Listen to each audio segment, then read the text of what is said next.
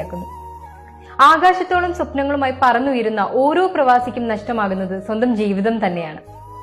ഓരോ തവണ നാട്ടിലേക്ക് തിരിച്ചു വരുമ്പോഴും ഇനിയുള്ള കാലം കുടുംബത്തോടൊപ്പം നാട്ടിൽ കഴിയണം എന്ന സ്വപ്നവുമായിട്ടായിരിക്കും ഓരോ പ്രവാസിയും വരുന്നത്. പക്ഷെ പലപ്പോഴും അത് നടക്കാറില്ല. പ്രവാസ ജീവിതം എന്ന് പറയുന്നത് പറഞ്ഞറിയിക്കാൻ പറ്റാത്ത അത്ര ഏകാന്തതയാണ്. സ്വന്തം മക്കളുടെ വളർച്ച കാണാനോ സ്വന്തക്കാരുടെയോ നാട്ടുകാരുടെയോ വിശേഷങ്ങളിൽ പങ്കെടുക്കാനോ കഴിയാതെ സ്വന്തം ജീവിതം മുന്നോട്ട് കൊണ്ടുപോകാനുള്ള തിരക്കിനിടയിൽ ജീവിതം തന്നെ മറന്നു പോകുന്ന ചിലർ.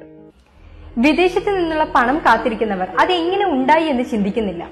നാട്ടുകാരുടെ കണ്ണിൽ പണമുള്ള ഗൾഫുകാരനും പണമില്ലാത്ത ഗൾഫുകാരനും ഒരേപോലെയാണ്. കാരണം അവൻ ഗൾഫുകാരനാണ്. നാട്ടിൽ ഒരു ചെറിയ പിരിവുണ്ടെങ്കിൽ പോലും എല്ലാവരുടെയും കയ്യിൽ നിന്ന് 100 രൂപയാണ് വാങ്ങുന്നതെങ്കിലും ഗൾഫുകാരന്റെ കയ്യിൽ നിന്ന് അത് 1000 ആയിരിക്കും.